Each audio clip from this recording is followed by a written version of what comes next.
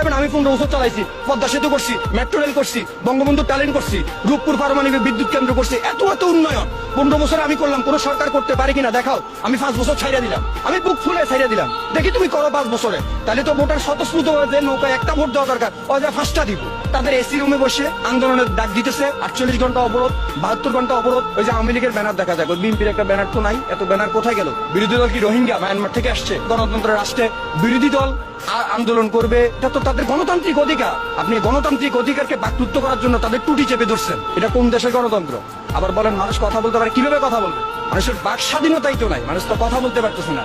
একজন মানুষ যারা মধ্যবিত্ত নিম্ন মধ্যবিত্ত বাজারে গিয়ে গুমরে কাঁদে ভাই, তাদের কান্না কেউ শুনতে পায় না, আমাদের দেখার মতো কেউ নাই। তারা তাদের এসি রুমে বসে আন্দোলনের ডাক দিবে। কোটি কোটি টাকা মাথা পিছু ঋণ আজকে বাংলাদেশে। আপনি আমি ঋণ করছি, সরকারের বাবার টাকা দিয়ে উন্নয়ন করতেছে না। আমার আপনার টাকা দিয়ে দেশ উন্নয়ন হচ্ছে। 400 টাকা হাজিরা দিয়ে ঢাকা শহরে একটা ফ্যামিলি চলতে